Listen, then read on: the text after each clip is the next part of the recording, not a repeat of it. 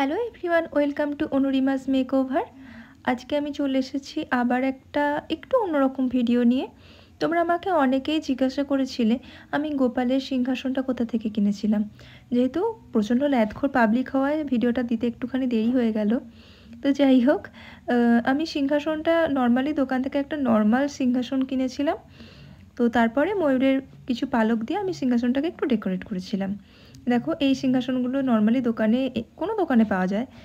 তো প্রথমে আমি সিংহাসনের পিছনটা গ্লু গানে করে গ্লু দিয়ে পুরোটাকে কভার করে নিয়েছিলাম। এটা হয়েছিল আমার সবথেকে ফার্স্ট ভুল, কারণ হচ্ছে এই গ্লু খুব তাড়াতাড়ি শুকিয়ে যায়, তো কিছুতেই ফেদারটা আটকাচ্ছিল না।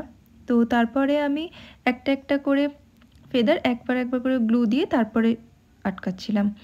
দেন এইভাবে আমি সিংহাসনের উপরের পোর্শনটাকে পুরো ফেদার দিয়ে কভার করেছিলাম।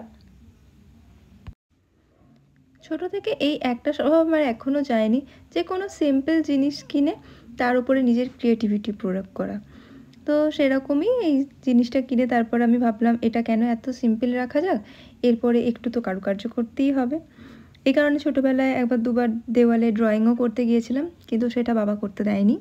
তো যাই হোক, এইভাবেই কাজটা আমি করেছি। যদিও খুব নিখুঁত হয়তো করতে পারিনি, বাট আমি চেষ্টা করেছি একটু, যাতে ঘরেরই জিনিস একটু একটু যদি নতুন করে কিছু সাজানো যায় অন্যরকমভাবে। প্রত্যেক বাড়ি তো একই রকম একঘেয়েভাবেই তাকে বসানো হয় একই সিংহাসনে। তো এবারে ভাবলাম একটু অন্যরকম কিছু করা যাক, তো তার জন্যই আমার এই প্রচেষ্টা।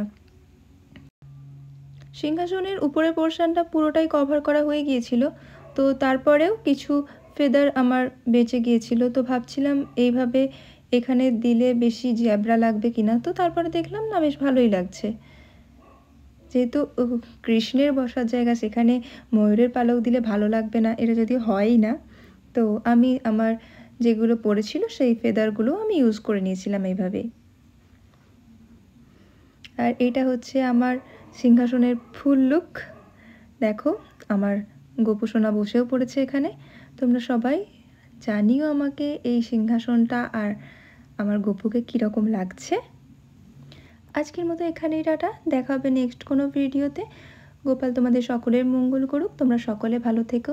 আর আমরা সকলে যে লড়াইয়ে নেমেছি তার যেন আমরা খুব তাড়াতাড়ি সুবিচার পাই। রাধে রাধে।